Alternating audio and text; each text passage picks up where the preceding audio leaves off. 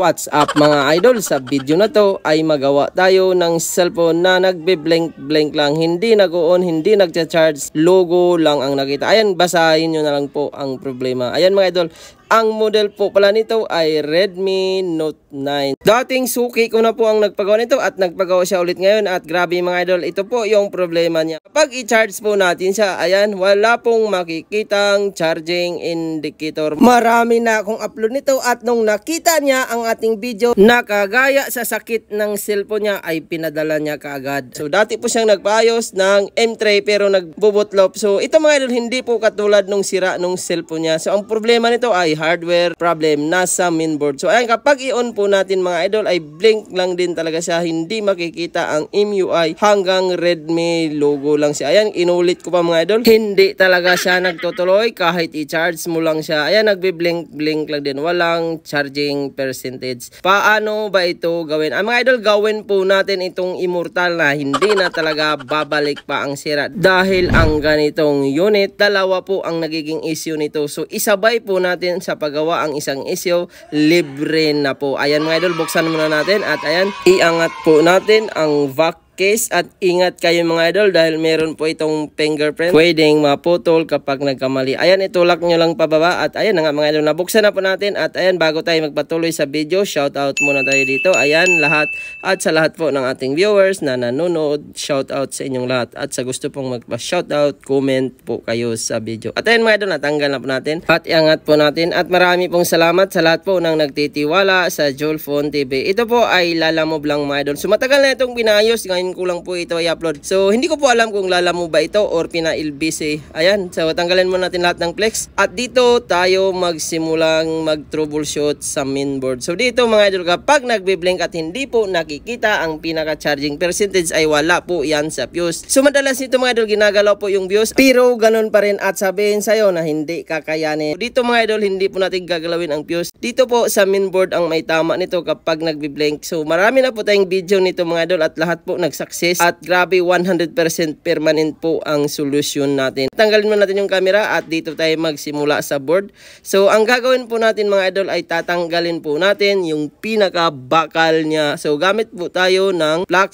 So liquid po yan, pampalambot para mas madali natin maiangat ang shed or iwas din yan ma-damage ang board kasi madalas kapag hindi po ginagamitan ng flux ay pwedeng pumutok ang board. So ang gamit po natin heat temperature ay nasa 420 mga idol. Ayan, natanggal na po natin. So masilan po ito mga idol, may mga parts po yan sa mga gilid-gilid. Kapag nagkamali ka ng bunot ay madamage ang mga gilid-gilid. At ang tamang paliwanag dito mga idol, bakit ito nasisira? Dahil kung napapansin nyo po, wala pong butas ang shed, kaya po siya nagbubutlop. Ayan, ang gagawin natin mga idol, initan lang po natin itong mahabang IC na item. So connected po yan sa signal. Huwag nyo na lang pong i-shake yan or galawin dahil pwedeng mawala ng signal. So ayan, nagamit po tayo ng lacquer thinner pang linis po ng dikit. So ganoon lang mga idol, ang heat temperature na ginamit natin ay nasa 350 na lang po ang pag-reheat sa IC na mahaba. At ang bakal nito mga idol or yung shed ay pwede na po hindi ito ibalik. So dito mga idol, ibabalik ko po siya pero hindi na po siya nakapix para merong exhaust dahil wala po siyang butas. So grabe mga idol, ang dami na po nagawa natin ganito. Lahat po nag-success, 100% permanent repair na po ang nagawa natin. So ayan, linisan natin mga idol at sa gusto pong magpaayos nito mga idol, maraming salamat po. Pwede kayong mag-PM sa ating FB page, Jolphone TV Official New Feeds. At grabe mga idol, sobrang masatisfied po kayo sa ganitong gawaan dahil napakarami na po nating nagawang ganito at lahat po ngayon wala pong bumabalik ang sira. So ayun mga idol, i-test na po natin. So wag po kayong kukurap, tingnan po natin dahil kanina puro blink-blink lang po siya, hindi siya nag-on kahit i-charge mo siya ay nagbe-blink-blink lang talaga. So sa mga unit lang po na ganito mga idol, Redmi 9, Redmi Note 9 ay compatible po ang ganitong solusyon. Ayan, kanina nagbe-blink lang at ngayon mga idol nakikita na po ang charging percentage. At i-on na po natin mga idol na hindi na po tayo gagamit ng charger dahil kanina mga idol hindi po talaga siya nag-on. So tingnan natin kung magtutuloy dahil kanina pag i-on natin ay blink lang at ngayon mga idol nakita na po natin ang MUI. So ibig sabihin ayan, nagtuloy na po siya, 100% po ang ating gawaan. At ito mga idol, i-testing na po natin kung magta-touch ba ang keyboard. Ayan, normal naman po, wala na pong problema. At dito mga idol, meron pa po itong isa isang issue. Ang pinaka-issue nito pangalawa mga idol ay yung pinaka-fuse. Madalas kapag nababagsak ay nasisira po yan. So ito mga idol, i-pray ko po ang paggawa ng fuse dahil kapag ibigay ko po ito na hindi ko po gagawin ang fuse ay possible na magkaroon pa ito ng ibang issue at another gastos na naman ang may-ari. At dito mga idol, kapag nagawa na ang fuse nito ay hindi na talaga babalik. Immortal na po siya 100%. Dalawa lang po kasi ang issue nito mga idol. Kung hindi po magbi-blink ng logo ay ang fuse. Minsan naman nagagamit lang kapag naka-charge. So yun po yung problem. So dito mga idol, dahil dalawa na ang inayos natin, immortal na ito kapag naayos na. So ayan, hilain lang po natin yung adhesive at ayan, natanggal na po natin. So dalawang adhesive po yan mga idol. So pag naputol po yan ay mahirapan na kayo. At ayun mga idol, napaka safe po ng ating pag-remove at wala talagang damage ang pinaka battery. 100% satisfied ang pagtanggal natin. So ayun mga idol, tastasin natin yan. So pwede namin natin tastasin to mga idol. So hindi na po natin alisin ang pinakadikit. So ito po yung target natin, pangalawang issue, ang pinaka-fuse. Marami kasi nito mga idol, nung mga dati natin ginawa, taon na ang nakalipas. So nagkaroon po ng issue sa fuse. Kaya simula noong may nagpagawa na ulit nito mga idol at nagkaroon ng problema sa fuse ay nililibre ko na ito para immortal na talaga siya, 100% po satisfied ang ating mga customers.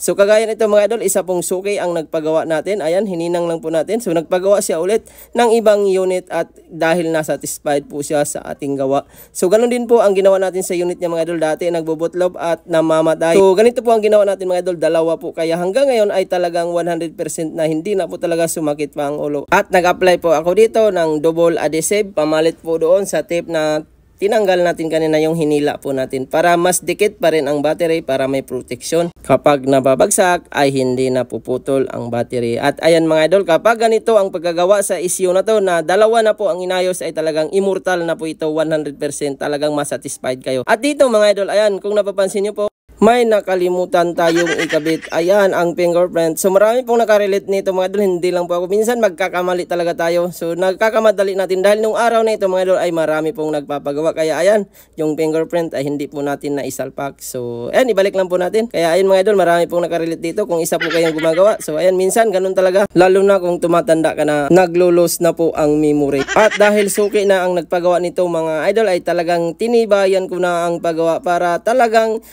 babalik-balikan tayo ng mga nagpapaayos. So sa gusto pong magpagawa mga idol, diretso po kayo mag-PM sa ating feds. So madalas po ng ganitong unit talaga ngayon, ang dami pong nakaranas ng mga ganitong problema na nagbi-blink-blink lang at hindi nagtutuloy. Yung iba naman nagagamit kapag naka-charge. So sa fuse po yun mga idol. So sa dito naman mga idol, kapag blink lang ay yun talaga ang hardware. So kung hindi po kayo marunong o wala kayong experience, wag nyo pong subukan dahil mahirap po yun gawin. Pwedeng matuluyan ang inyong cellphone kapag ginawa ninyo. At ayun mga idol, i-on na po natin at tingnan po natin kung talagang nagnormal na ba talaga siya. Hindi na ba siya nagkakaproblema. So ayan, antayin po natin na magbukas para ma-check po natin kung talagang normal na. At ayun na nga mga idol, 100% na po, nagtuloy na talaga siya at wala na pong problema. Na-solve na po natin ang dalawang magiging issue niya. At ayun mga idol, kapag nagkamali din po kayo ng gawa ay mawalan po ng signal. At dito naman mga idol, good as usual, meron pong signal. At ayan, meron pong data. So another satisfied video mga idol. So ayan, normal na lahat. So madalas nito mga idol, kung meron pong tama din ang fuse ay namamatay po yan kapag tinatawagan. So ayan, so solved na po ang problema ng may-ari. At ito mga idol, ang pre nating gawa sa fuse at talagang normal na po lahat. Maraming salamat po sa inyong panunood. At sa gusto pong magpaayos ng ganitong problema at gusto nyo maging immortal ang paggawa ay mag-PM lang kayo sa ating FB page, Jolphon TV Official New Feeds. At ayan mga idol, normal na po ang charge, wala na pong problema. At hanggang dito lang po tayo. Huwag nyo pong kalimutan mag-like,